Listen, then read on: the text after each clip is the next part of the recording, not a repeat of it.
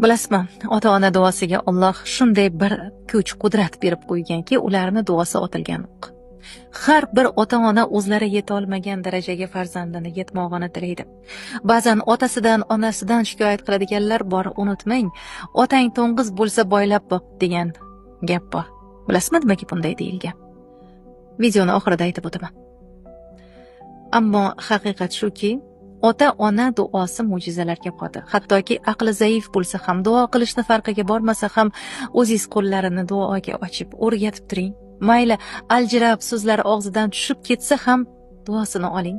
Demang, ha endi ruhiy kasalda aytib qo'ydi-da deb. Ixlos bilan amin deng. Mayli hozirmasdir, balkim oradan yillar o'tar, lekin ishoning, baribir ko'rasiz ijobatini. Alloh asrasin, duoibat qilsa, uni ham tortasiz. Hammani o'zini oyog'idan osadi. Otangiz yomon bo'lsa ham uni ayblamang. U ota duosi ijobat. Oling duosini. Onangiz siz xohlaganday ona bo'lmasa ham oling duosini, chunki u ona, ishoning, o'zida borini bergan sizga. Bir eslang, kech qolsangiz uxlamay, keldingmi bolam deb kutishlarini. Yuzing yorug' bo'lsin, Alloh aziz qilsin seni deyishlarini. Bu oddiy so'zlar emas. Bu sehrli so'zlar. Yaratgan ota-onaga beminnat mehrini berib qo'ygan. Afsus, farzand mehrida esa bu biroz minnatli notalar uchrab turishi mumkin. Qariganlarida aka-ukalar orasida sensalar, mensalar.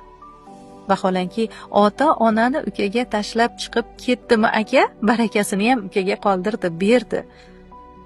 Ota-ona talash bo'lish kerak. Men shuncha qaradim, endi sen qaraymas. Sen shuncha qarading, endi men olib ketib qaray onamni, otamni deyilish kerak emasmi? Ota rozi, Xudo rozi. Jannat esa onalar oyog'i ostidadir. Demak, Allohning roziligini ham, jannatni ham padaringiz, volidangizdan, ularni poyidan qidiring, tashqaridan emas. Mana endi va'da berganimdek, nega otang to'ng'iz bo'lsa boylab boq deyilgan. Buyuk zot Isro surasida faqat o'zigagina ibodat qilishimiz barobarida ota-onaga yaxshilik qilishni ham amr etgan. Mana shunday kelgan ikkala oyat ham.